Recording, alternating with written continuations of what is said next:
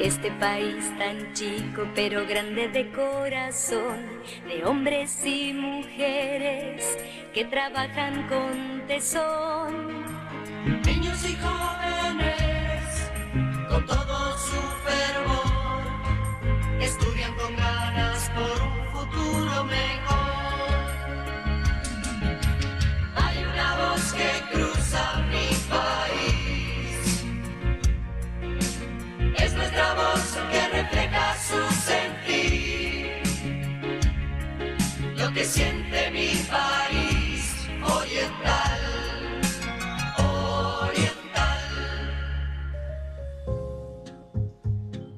La noche es perfecta para pensar cómo queremos vivir el día que amanece. Por eso, Walter Rotella te invita a compartir una charla con escritores que nos cuentan sobre sus textos y métodos de creación. A partir de este momento, abrimos la cafetería de Oriental en Café y Palabras.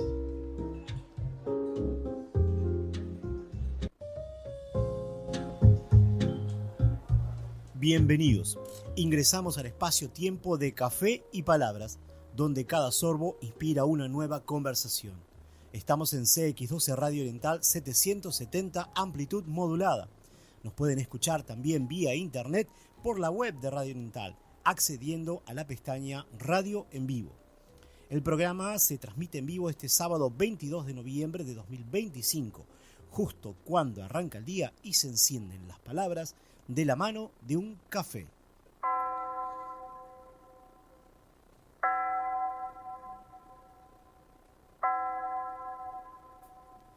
El programa se repite el sábado al mediodía, a partir de las 12:30 en la misma radio. La grabación del programa Café y Palabras se sube a los sitios de iVoox, Spotify, Amazon Music, TuneIn y a YouTube. Agradecemos la colaboración del señor Ángel Otero, que nos acompaña en los controles de la radio, haciendo que todo fluya como el aroma del café de una taza recién servida.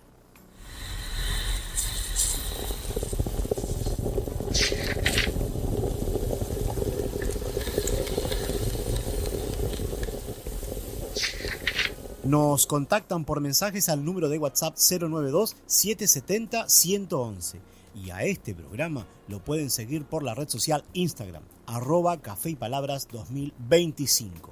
Toda la información y enlaces para acceder a las plataformas lo compartimos en nuestro blog de Café y Palabras, cuya dirección es cafeypalabras2025.blogspot.com. Por Oriental 770 AM, junto a Walter Rotella, estamos presentando Café y Palabras.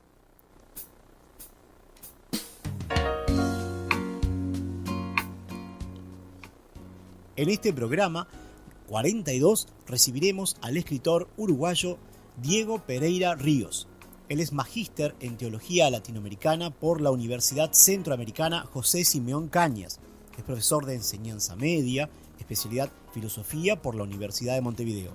Y como escritor, produce textos de investigación académica y textos de poesía. Tanto brinda conferencias o realiza ponencias sobre variados temas, siempre vinculados a la filosofía o a la religión. Posee varios libros publicados, que los nombraremos en la entrada de la entrevista en un rato más, después de los avisos publicitarios.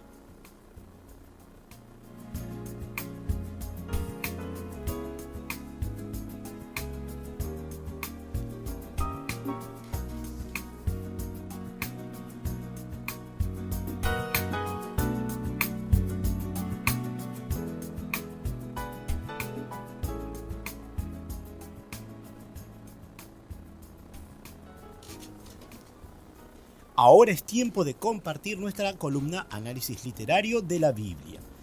En este programa 42 de Café y Palabras, en nuestra columna, justamente Análisis Literario de la Biblia, estaremos abordando brevemente el tema de los personajes secundarios que encontramos en la Biblia. No será un examen exhaustivo, ni mucho menos, solo una aproximación al tema, según venimos compartiendo desde programas anteriores. Para abordar el tema de hoy, recurrimos nuevamente al libro Análisis narrativo de los relatos del Antiguo Testamento, Jean-Louis Ska, Jean-Pierre Sonnet y André Benin, de editorial Verbo Divino, Navarra, 2001. Por otra parte, para las lecturas de los pasajes bíblicos, utilizaremos Santa Biblia, Reina Valera 1995. Vamos a citar ejemplos que nos muestran a estos personajes cuya función en el relato bíblico parece ser el de unir a otros personajes o darle continuidad a dos instancias que se presentan en la narración.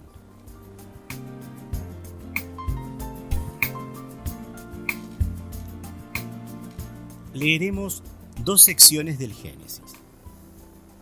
Génesis, capítulo 43, versículo 16 al 24. José vio con ellos a Benjamín y dijo al mayordomo de su casa: lleva a casa a esos hombres y degüella una res y prepárala, pues estos hombres comerán conmigo al mediodía.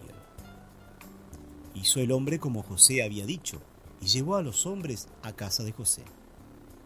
Entonces aquellos hombres tuvieron temor porque los llevaban a casa de José.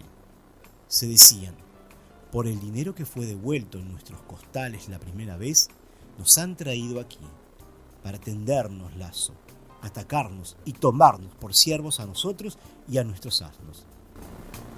Se acercaron, pues, al mayordomo de la casa de José y le hablaron a la entrada de la casa. Le dijeron: ay, Señor nuestro, nosotros en realidad de verdad descendimos al principio a comprar alimentos. Y aconteció que cuando llegamos al mesón y abrimos nuestros costales, vimos que el dinero de cada uno estaba en la boca de su costal, nuestro dinero en su justo peso, y lo hemos vuelto a traer con nosotros. Hemos traído también en nuestras manos otro dinero para comprar alimentos. Nosotros no sabemos quién haya puesto nuestro dinero en nuestros costales. Él les respondió: paz a vosotros, no temáis, vuestro Dios y el Dios de vuestro Padre os puso ese tesoro en vuestros costales. Yo recibí vuestro dinero. Y les sacó a Simeón. Luego llevó aquel varón a los hombres a casa de José. Les dio agua y llevaron sus pies y lavaron sus pies. Y dio de comer a sus asnos. En esta sección del texto bíblico aparece un mayordomo, al cual en algunas versiones bíblicas se refieren como el que estaba a cargo de su casa. Este personaje no aparece antes, sino específicamente en este pasaje y en otro que también citaremos seguidamente.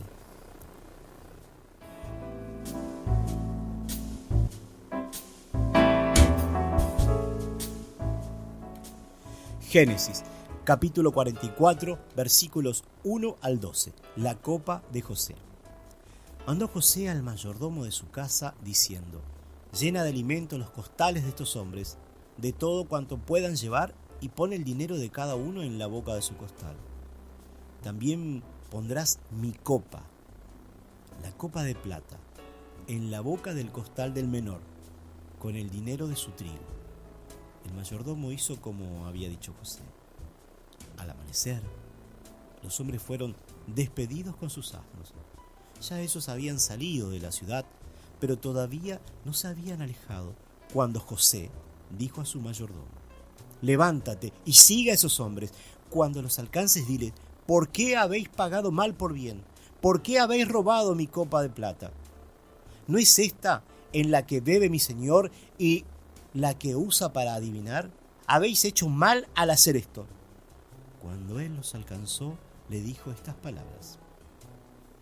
Y ellos les respondieron: ¿por qué dice nuestro señor tales cosas? Nunca tal hagan tus siervos. Si el dinero que hallamos en la boca de nuestros costales te lo volvimos a traer desde la tierra de Canaán, ¿cómo íbamos a hurtar de casa de tu señor plata ni oro? Aquel de tus siervos a quien se le encuentre la copa, que muera, y aún nosotros seremos siervos de mi señor.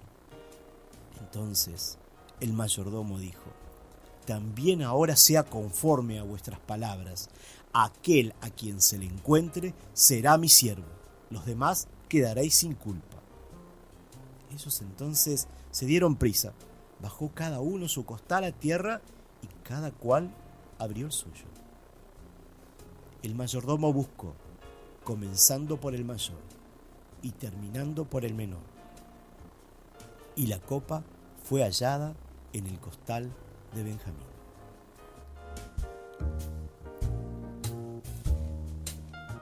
Existen otros ejemplos donde los personajes indican algo sobre un lugar o interrelacionan a otros personajes. Hay veces que los personajes ni siquiera reciben un nombre, solo son descriptos y cumplen un rol de unión entre situaciones o personajes y se desvanece del relato. Tal como notamos en los textos leídos hoy, en el que se refieren al personaje por el rol que desempeña y nada más. Hasta aquí nuestra columna Análisis Literario de la Biblia, del programa 42. Seguiremos con estos temas en los próximos programas venideros. Vamos a una tanda publicitaria.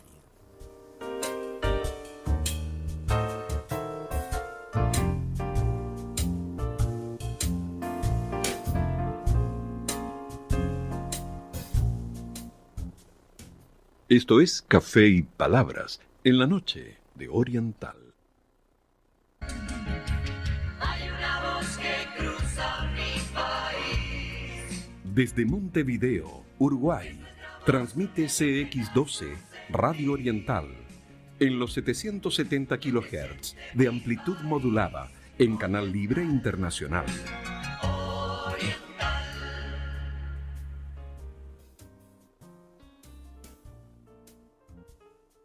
El País presenta No te va a gustar, 30 años en vinilos. La banda uruguaya que trascendió fronteras. 9 álbumes que recorren 30 años del emblemático grupo. El calor del pleno invierno. Solo de noche. El tiempo otra vez avanza. Luz y todos sus grandes éxitos. Si sos fanático de No te va a gustar, esta colección de vinilos es para vos. A partir del jueves 20 de noviembre y cada 15 días, a solo 1.450 pesos. Accede a tu colección completa en una única entrega y recibí de regalo una hermosa caja coleccionadora. Podés abonarla hasta en 6 cuotas sin recargo. 15% de descuento pagando con tarjetas de crédito BBVA. Pedilos en coleccionables.elpaís.com.uy llamando al 2900 4141 o a tu canillita. Reservalos, porque se agotan. En Vigilia, hoy más que nunca queremos estar a tu lado. Por una única cuota, los socios de Vigilia acceden a compañía en sanatorio o internación domiciliaria, seguro quirúrgico, traslados en ambulancia, enfermería domiciliaria, seguro de vida, cadetería médica, acompañante personal para realizar visitas al médico, hacer las compras o realizar cualquier gestión. Comunicate ahora al 0800 5755. Vigilia, tu compañía diferente en todo el país. Llegó Dedicado Play, un combo imbatible para tu hogar al mejor precio del mercado. Dedicado 5G Wi-Fi a máxima velocidad, sin límite de gigas. Más DirecTV Go, con el Mundial de Clubes y partidos en exclusiva, además de todas las grandes ligas del fútbol y del deporte mundial. Tus series favoritas, miles de películas y programas en vivo. No dejes pasar esta oportunidad. Disfruta de este combo único a un precio increíble. Consultá y contratá en el 2901-1010. La familia Santa Teresa se agrandó. Llegó el nuevo Santa Té rosado suave con tapita. Fácil de servir y de tomar. Hoy vamos a beber. Tomamos un Santa Té y nos vamos a encender. Nuevo Santa Té rosado suave. Próbalo. Con Santa Teresa vino lo mejor. ¿Querés que tus hijos disfruten del verano a pleno? Llega la colonia de verano a Juventus. Un entorno seguro con actividades recreativas, natación, gimnasia y deporte. Todo el verano 2026 desde tan solo 10.990 pesos. Juventus, Colonia y Río Negro. Juventus 2-901-0705. Este verano, que lo vivan en Juventus. Hay una voz que cruza mi país. Desde Montevideo, Uruguay, transmite CX12 Radio Oriental en los 770 kHz de amplitud modulada en Canal Libre Internacional. Por Oriental 770 AM, junto a Walter Rotella, estamos presentando Café y Palabras.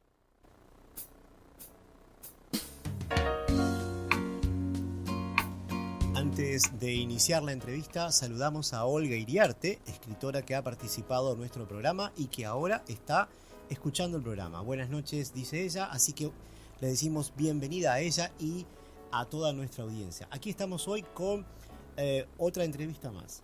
Hoy en Café y Palabras tenemos el gusto de recibir al escritor uruguayo Diego Pereira Ríos. Él es magíster en Teología Latinoamericana por la Universidad Centroamericana José Simeón Cañes. Es profesor de enseñanza media, especialidad filosofía por la Universidad de Montevideo.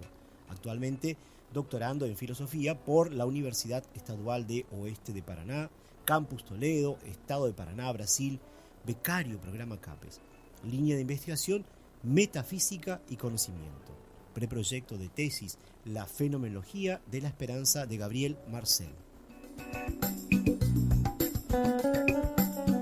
Es un escritor que produce textos de investigación académica, textos de poesía, tanto brinda conferencia o realiza ponencias sobre variados temas, siempre vinculados a la filosofía, a la religión, a la fe, a la acción social, al compromiso de la sociedad y del individuo con su entorno. En fin, puede decirse que su escritura y vida está impregnada, por decirlo de algún modo, por la filosofía, por la religión, por las cuestiones humanas. Entre otras cosas, actualmente es editor en revista Transformación Colectiva, Colectivo Pensamiento Pedagógico Contemporáneo, CPPC, Instituto Nacional de Investigación e Innovación Social, INIS, la Casa Nacional del Profesor, CANAPRO, Universidad Corporación Internacional para el Desarrollo Educativo, CIDE, Bogotá, Colombia.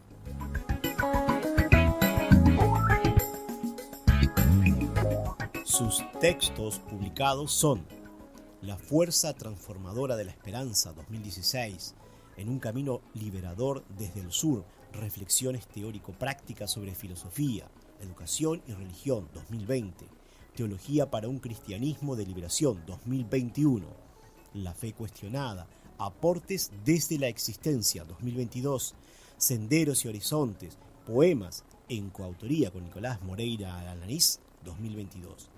La Pasión de Jesús, Reflexiones Teológicas para la Comunidad, del 2023. Llegarás con la Aurora, Poemas, 2023. La Eclesiología en una Iglesia Creíble, Aportes Críticos de la Teología de Juan Luis II, del 2024. Sobre el compromiso social de los laicos, Problemas y Desafíos Actuales, 2025, de este año.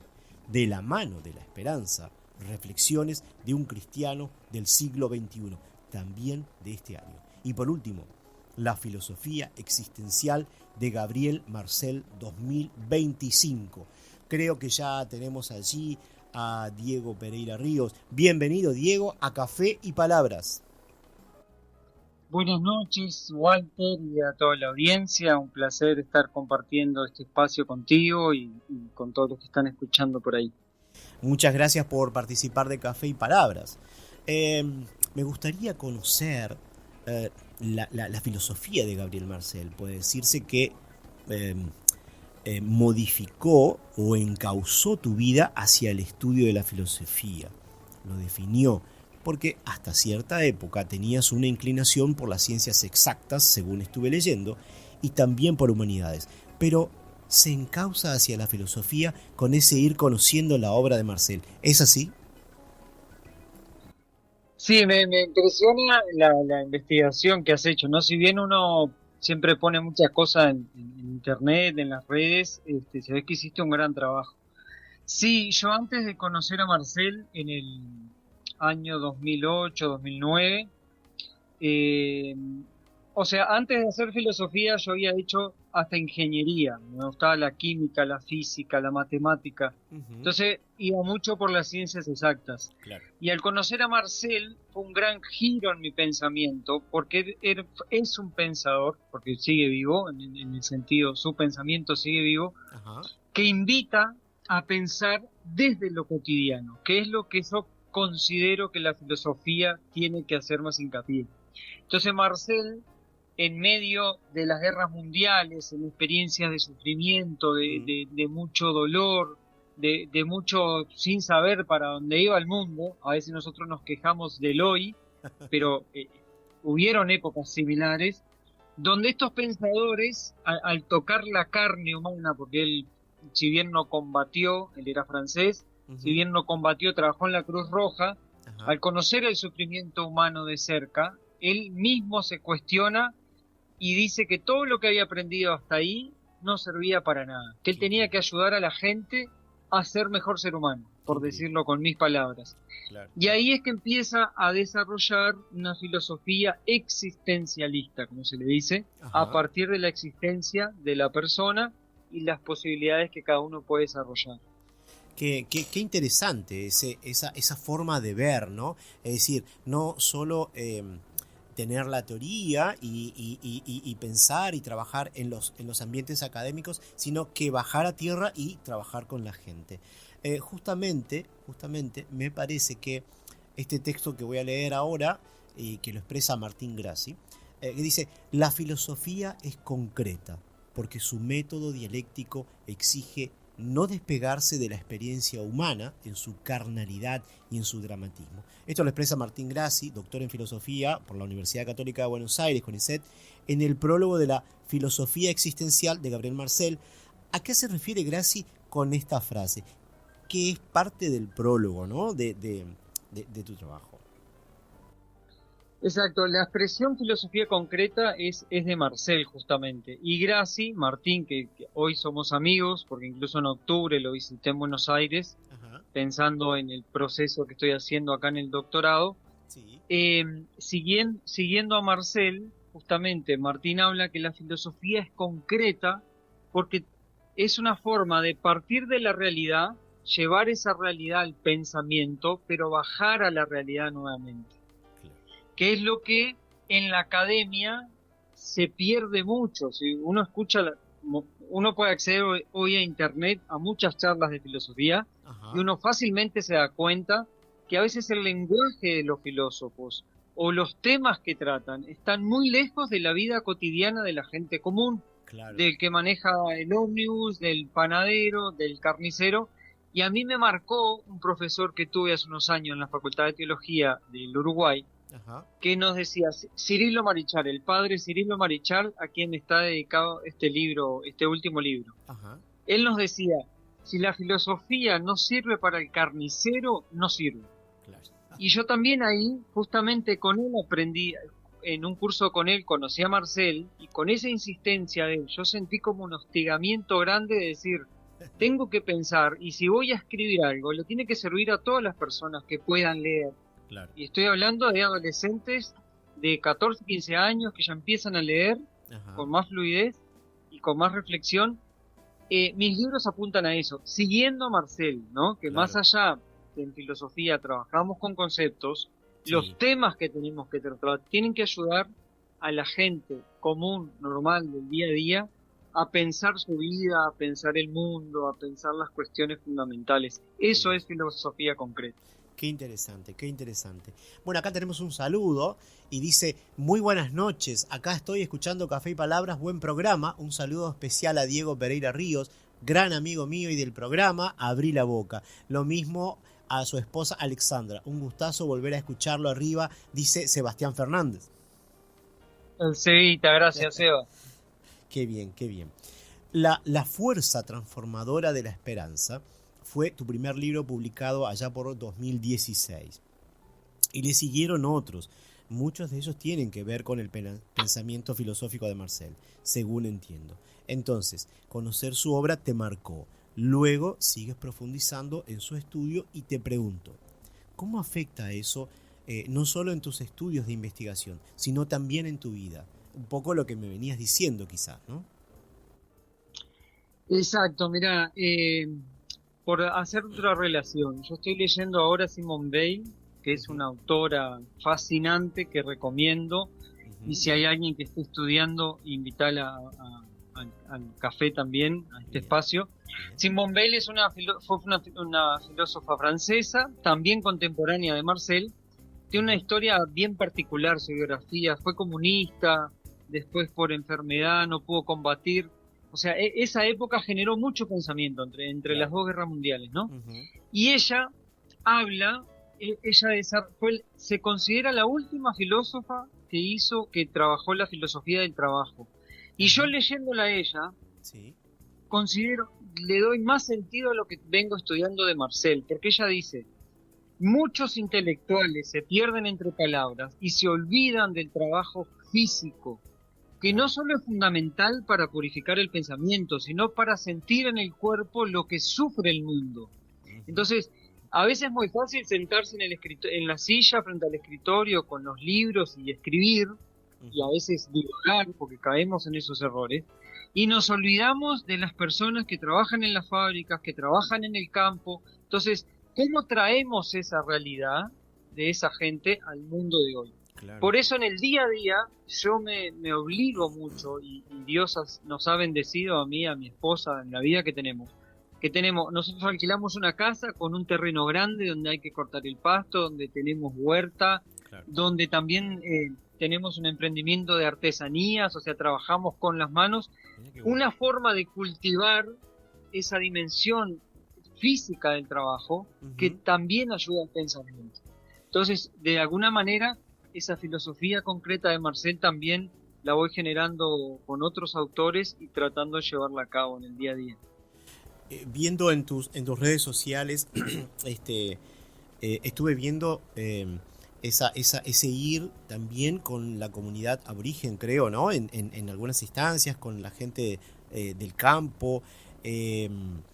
Y entonces, ahí también es una forma de palpar esa otra realidad muy distante, muy distinta también de la ciudad. Son realidades distintas. Has visto que has viajado bastante, y supongo que vas incorporando esa visión, esa información porque el viaje creo que nos transforma. El viaje no solo es ir y visitar lugares, sino también conversar con la gente, tratarla, y en base a lo que me estás diciendo es también eso de bajar a tierra ese pensamiento, esa idea que la vamos llevando. A ti, esos viajes, esos encuentros y esas ponencias que tú desarrollas con adolescentes, en esos lugares más complejos, me parece, corrígeme, ¿no te ayuda también a ir revisando todo ese trabajo que vas haciendo? Mira, en el mundo académico, sea el campo que sea, pero yo creo que mucho más en filosofía, porque estamos tocando temas fundamentales del ser humano todo el tiempo.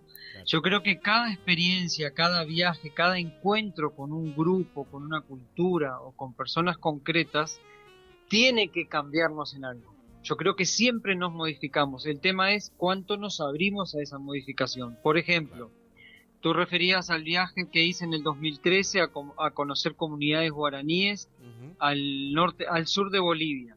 Yo llegué allá y parecía el 1492, donde los indígenas eran explotados por los grandes hacendados, pero fíjate que estamos en el 25 y acá en Brasil, cerca de donde vivo, sigue pasando lo mismo. Entonces, ¿qué pasa? ¿Qué pasa? Que parece que el tiempo no pasó, pero sin embargo pasó, donde el mundo capitalista avanzó tanto, pero siempre los más pobres y los más desprotegidos siguen siendo explotados.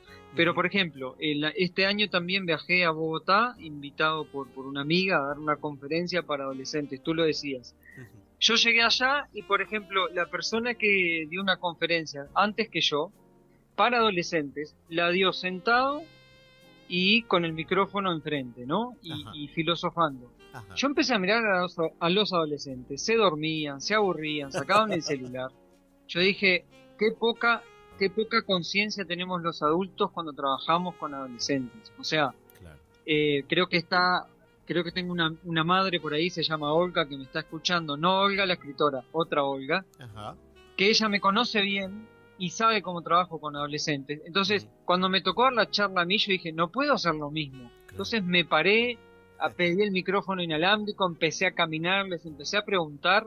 O sea, no es por nada, pero ahí la cambia. experiencia de 15 años dando clase con adolescentes te prepara mucho mejor para el mundo académico, porque vos entendés mejor al público. Claro. Entonces, eso que nos va cambiando va haciendo que nosotros lo pongamos en acción, siempre que querramos, ¿no? Siempre Claro. que querramos. Hay Claro. académicos que dan su charla, si le pagan, si no le pagan, no sé, Claro. pero dan su charla y no les importa más nada. Claro. El tema es qué hacemos con ese saber. Claro, claro.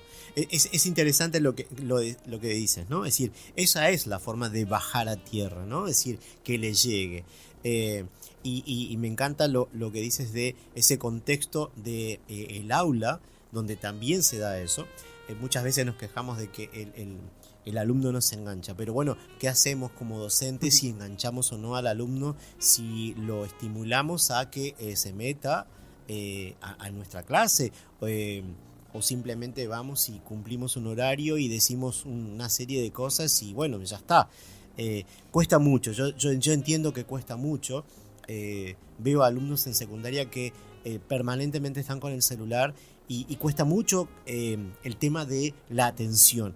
Con los adultos pasa igual, yo los veo, trato con muchísima gente todos los días y veo exactamente lo mismo. Es muy difícil retener la atención más de 5 minutos en una charla, una conversación. Entonces, mucho más con los adolescentes. Así que me parece muy interesante lo que vas aportando, es decir, de que hay que acercarse, hay que estimularlos.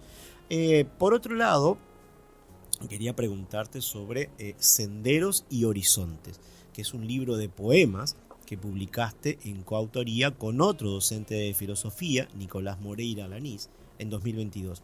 ¿Qué te ofrece a ti la poesía en cuanto a búsqueda de expresiones o significantes para develar ese mundo que te rodea, distinto de la filosofía? Bien, a ver, la filosofía tiene varias ramas, ¿no? Varias formas de acceder o dentro del mismo camino hay varios pequeños caminos. Uno es la metafísica, otro la fenomenología. Entonces, la poesía, por ejemplo, ya dicho por Paul Ricoeur en la interpretación, la hermenéutica del lenguaje, la poesía nos posibilita decir aquello que no podemos decir con el lenguaje común ni conceptual, mediante símbolos, ¿no? Cuando uno le dice a alguien, tus ojos son mis luceros, ¿no? Como las clásicas relaciones del Pericón de antes, bueno, ahora se sigue haciendo, pero tus ojos son 2 luceros, tu boca una margarita, ¿no? Decíamos en el Pericón. Sí. Nadie está diciendo que tiene 2 focos en la cara.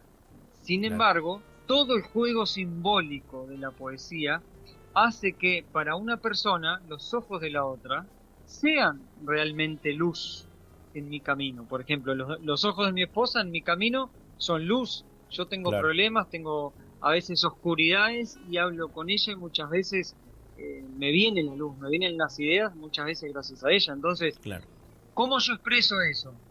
La filosofía se acerca, pero la que da más en el clavo, pero a la vez se aleja por su propio lenguaje simbólico, es la poesía. Entonces, en la poesía yo trato de decir aquello que no puedo decir. Fíjate la contradicción. En la poesía yo expreso lo que no puedo expresar con el lenguaje común. Qué cosa, es impresionante, ¿no? La poesía en ese sentido. Qué interesante, porque me acercas otra mirada, otro punto de vista de la poesía, y eso me gustó muchísimo. Es decir, cuando voy investigando sobre tu trabajo y demás, y bueno, ella escribe poesía y digo, ¿y cómo es esto? Son son dos mundos distintos, pero sin embargo quizás son complementarios, ¿no? Según lo que me vas diciendo, ¿no? Es decir, y eso es interesante, Totalmente, y ya lo había dicho Heidegger. Heidegger es el gran filósofo alemán, ¿no? También vapuleado, criticado en su época por ser del partido nazi y demás. Ajá. Es uno de los grandes filósofos que hoy se está redescubriendo. Yo digo que Marcel en su momento va a ser muy estudiado. Uh-huh. Yo estoy impulsando eso también. Ajá. Pero Heidegger decía que la poesía es la forma más alta de filosofía.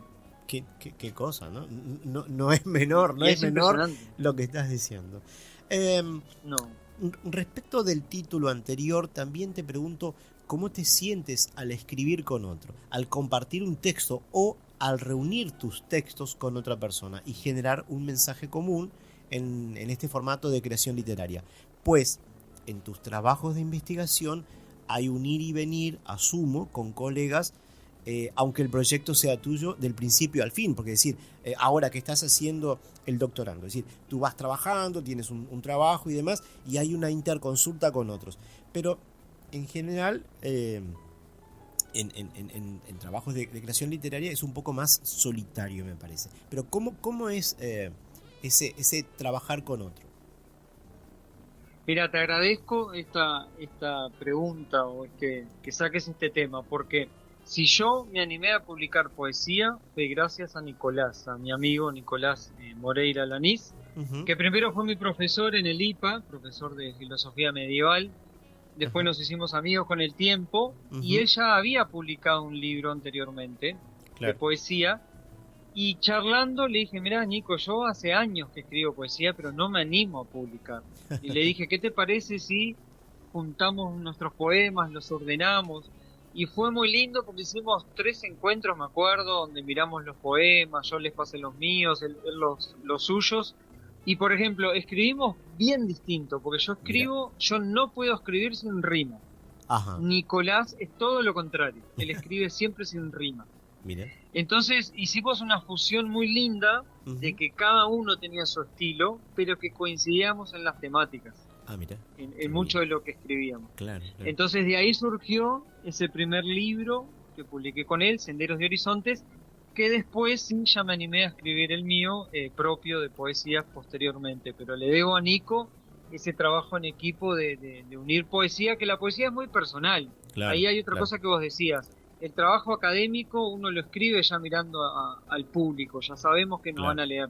Claro. La poesía que brota desde adentro y donde decimos aquello que no podemos expresar, uh-huh, justamente es mucho más personal y hay que romper un poco la barrera del miedo, la vergüenza, el qué van a decir. Claro. Eso es un proceso también. Ajá. Ese otro libro es Llegarás con la aurora, ¿no? Es otro texto de poesía. Ahí está, pero donde solo tú eres el autor. Hay un poeta uruguayo que nos dice que la poesía se siente, se escribe desde lo profundo de la experiencia. No es como escribir narrativa o texto de investigación. ¿Cómo lo percibes tú a este tipo de escritura, a la poesía? Totalmente de acuerdo con ese autor, porque yo te puedo decir, en los peores momentos es cuando escribo, o en los mejores momentos es cuando escribo poesía. Claro. Porque cuando estoy muy entreverado, con mucha tarea, mucho trabajo, mucha filosofía de por medio, o mucha teología en algunos momentos, donde escribo artículos de teología, ajá, donde me pongo muy racional y los sentimientos quedan de lado, no brota la poesía. Claro. Y la poesía es pura inspiración, o sea, perdón la expresión, pero cuando viene la inspiración de la poesía, yo escribo 3 poemas, iba a decir, como que vomitara las palabras, ¿no? Claro, salen solas, sí, rapidísimo. Exacto. Pero hay días que me siento y quiero escribir y no puedo, no me salen rimas, no vienen las ideas. Es impresionante. Claro, está bien. ¿Acaso tienes por allí algún texto que nos puedas compartir? Porque la idea del programa es también a veces escuchar al autor compartiendo sus textos. No sé si tienes algo a mano. Sí, prontito acá. Te escuchamos entonces. Bien, este poema es de la página 61 del libro Llegarás con la aurora. Bien. A mí me gustó mucho por la sonoridad que tiene. Uh-huh. Lo leo entonces, lo recito. Cae la noche. Cae la noche y el frío hiela. El dulce derroche ya se congela. La vida que late en huesos vencidos impide que desate sueños reprimidos. En mi mano la pluma ya casi no escribe. Mi pecho se abruma, mi mente no concibe. Latidos de un corazón en un cuerpo gastado hacen presente un amor derrotado. Lo dejo por ahí porque es más largo, es Claro. como 3 veces más. Qué interesante. Gracias por compartirnos esa sección de un texto de poesía y escrito por alguien que, bueno, que tiene ese gusto. Pero me parece que justamente, cuando hoy hablamos del concepto de inteligencias múltiples, se da un poco eso que a ti te pasó, que te gustaba no lo humanístico, sino era otra rama, y sin embargo también te gustaban las humanidades y demás. Entonces, en el mismo ser humano tenemos inteligencias múltiples y de repente se van dando la posibilidad de expresar una u otra, ¿no? Yo siempre recuerdo haber leído a un escritor, Vallés, a un sociólogo, creo que es un sociólogo, y que decía justamente eso, que las vocaciones, por ejemplo, responden a necesidades. Quizás es un poco eso también, ¿no? Un momento de expresión de un tipo de inteligencia y que también responde a una necesidad de ir buscando un poco eso. Hay alguien acá que nos dice: poesía es grandiosa, 4 vocales y 3 consonantes que logran sacarnos lo mejor que no podemos expresar. Agradecemos a quien nos ha compartido este texto. Es una poeta, Olga Iriarte. No es poca cosa. Interesante. Escribes tú para distintos medios, ¿no? Realizas ponencias en sitios diversos y haces de la formación permanente no una frase, sino una práctica habitual, tu modo de vida. Y entre esas cosas que desarrollas, descubro que participas como organizador y ponente de Café Filosófico, La Filosofía en el Barrio, espacio ofrecido por la ONG Por los Niños Uruguayos. Pregunto, ¿cómo llegas a ese público infantil, adolescente y adulto a la hora de abordar temas cotidianos con la mirada de la filosofía, que era un poco lo que hablábamos al principio? Pero ¿cómo lo haces? ¿Cómo haces tú? Bien, yo creo que, insisto, que me fogueé mucho en trabajar con adolescentes. Yo trabajaba en colegios privados y públicos, en liceo público, y un día un amigo, yo era adscripto en un colegio en San Patrick, allá de Carrasco, era adscripto allí, y un colega, que hoy es amigo, Sebastián Más, me invitó al café, a la ONG de él, que está en el barrio Carrasco Norte, un barrio carenciado obviamente, para hacer el café filosófico. Para charlar con la gente, no sé qué.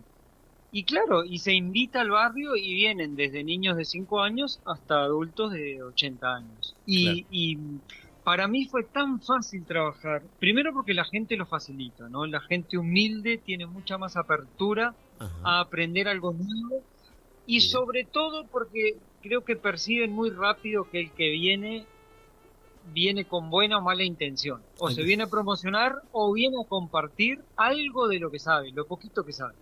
Pero la filosofía, justamente, o al estilo más socrático, tiene que ver con poder hacer que el otro sea consciente de lo que sabe, y que eso que sabe es muy importante.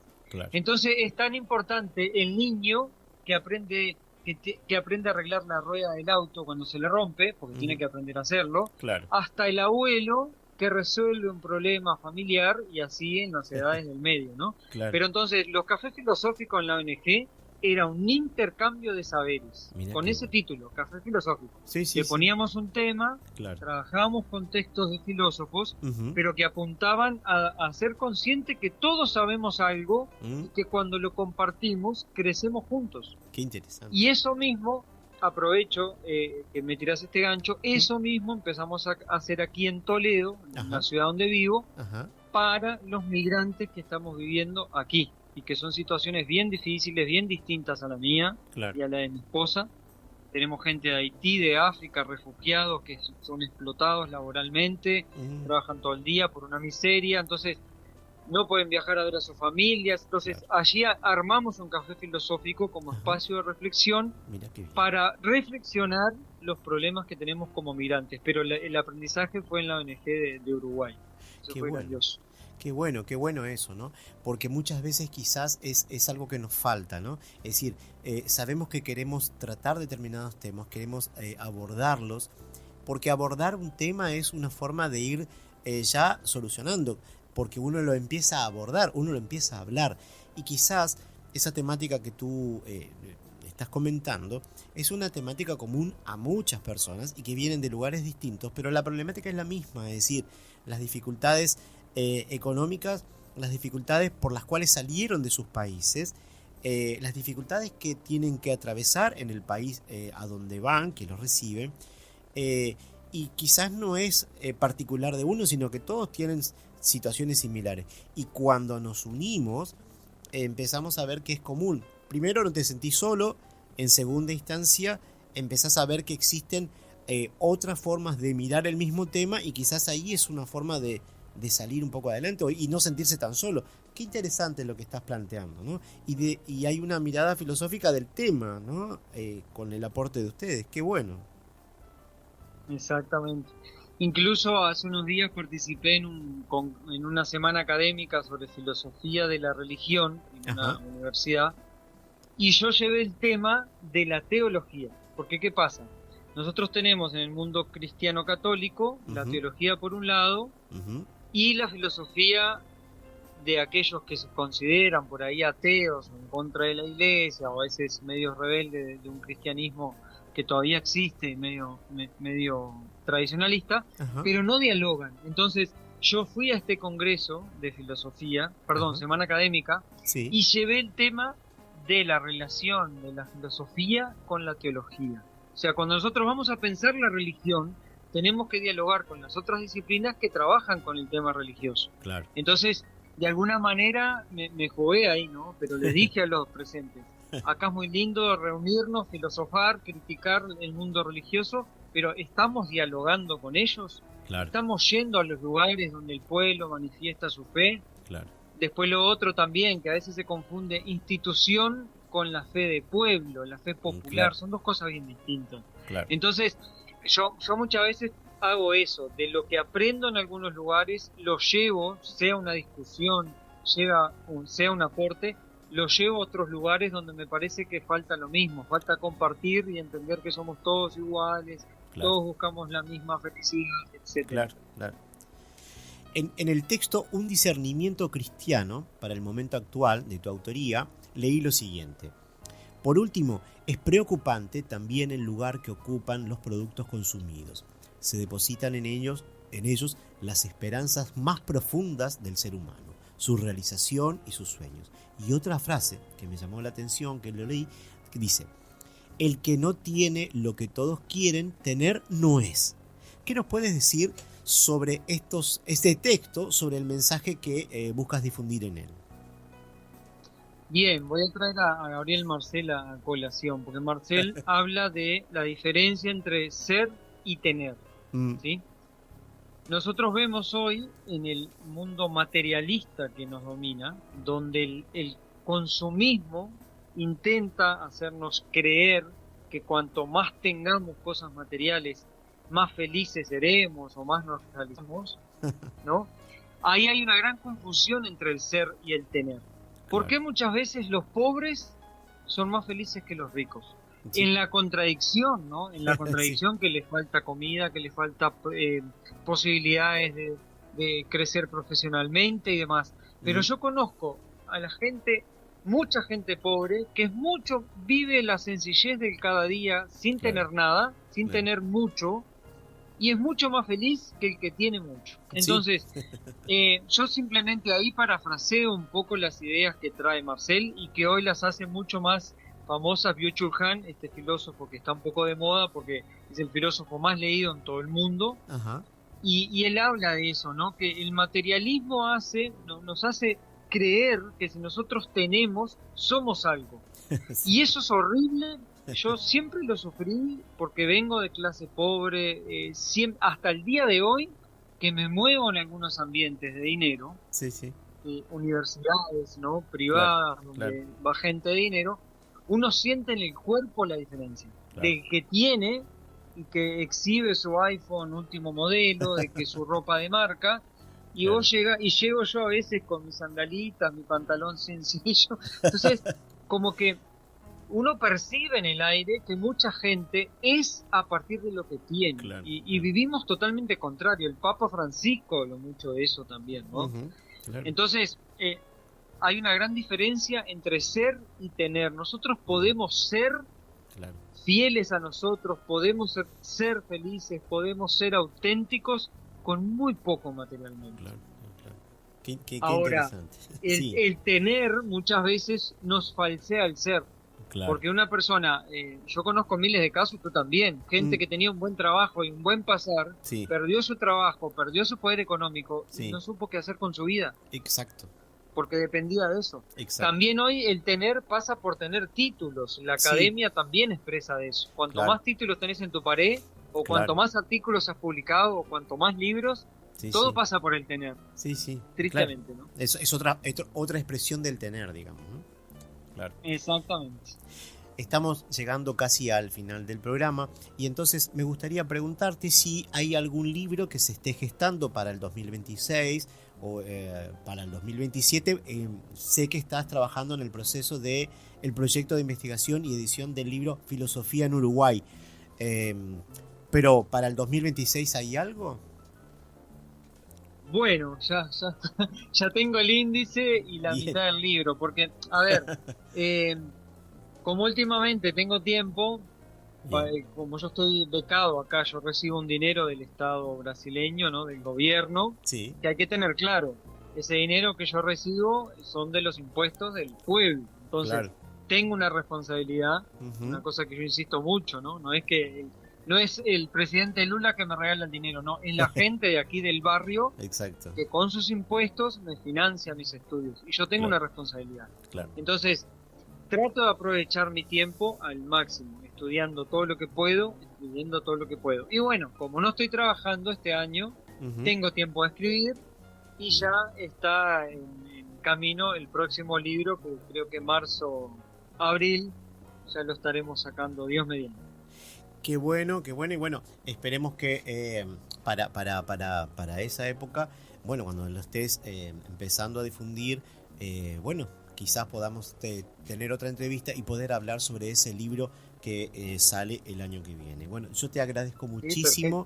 Te agradezco muchísimo el hecho de que hayas participado en Café y Palabras.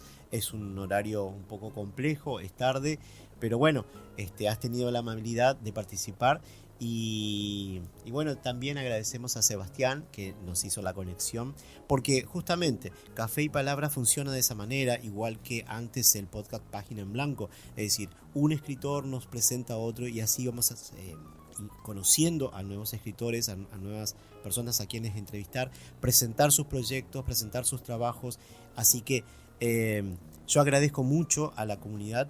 Justamente hay una escritora que está en este momento como oyente y bueno, fuimos llegando a ella a través de otra persona y ella nos presentó a otras personas y así funciona. Así que yo agradezco mucho a esa audiencia, a ustedes los que se dignan a participar del programa Café y Palabras, este proyecto que está creciendo y en diciembre vamos a estar comentando algo más, pero no adelanto nada, simplemente que en diciembre, el 20 de diciembre, vamos a estar comentando algo más sobre Café y Palabras, cosas que se vienen. Así que bueno, te digo, Diego, muchísimas gracias por participar de Café y Palabras. Gracias, Walter, y gracias a la audiencia por la paciencia también y quedarse escuchando. Gracias y hasta pronto. Gracias a ti.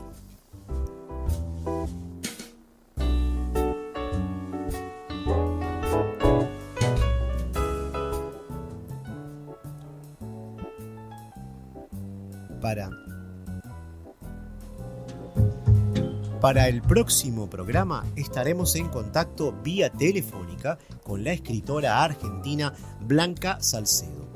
Ella es de la provincia de Formosa, Argentina, y mencionemos simplemente que es escritora, gestora cultural, productora teatral y cineasta. Ha publicado 17 libros de cuentos, un libro de dramaturgia, 10 libros de poesía y una novela, además de figurar en antologías de Argentina y otras antologías a nivel internacional. Pueden seguirnos en Instagram, @cafeypalabras2025. Más información sobre el programa y los escritores invitados los brindamos en el blog de Café y Palabras, cafeypalabras2025.blogspot.com/. Nos pueden escuchar y seguirnos también por iVoox, Spotify, Amazon Music, TuneIn y en YouTube, siempre a partir del lunes siguiente de la transmisión en vivo. Claro, por supuesto, ahora en un rato, mañana 12:30 de la mañana, vamos a estar otra vez con la repetición del programa acá en la radio. Lo pueden escuchar, no se olviden, lo pueden escuchar a través del 770 AM, pero también a través de el sitio web de la radio. Así que bueno, muchas gracias y agradecemos la colaboración del señor Ángel Otero, que nos acompaña en los controles de la radio. Estamos en Radio Oriental 770 amplitud modulada. Salimos al aire los sábados a las 0 horas, un poco después de iniciar el día, justo cuando termina el viernes y arrancan las palabras.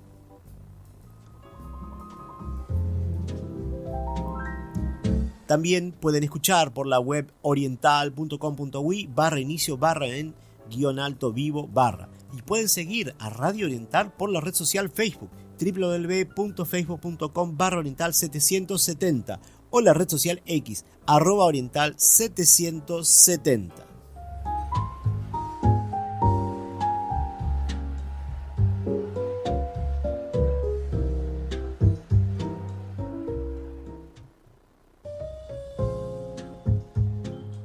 El café se terminó y las palabras se van apagando de a poco. Ahora es momento de preparar la cafetería para otro encuentro literario en Café y Palabras. Agradecemos su compañía y hasta el próximo programa.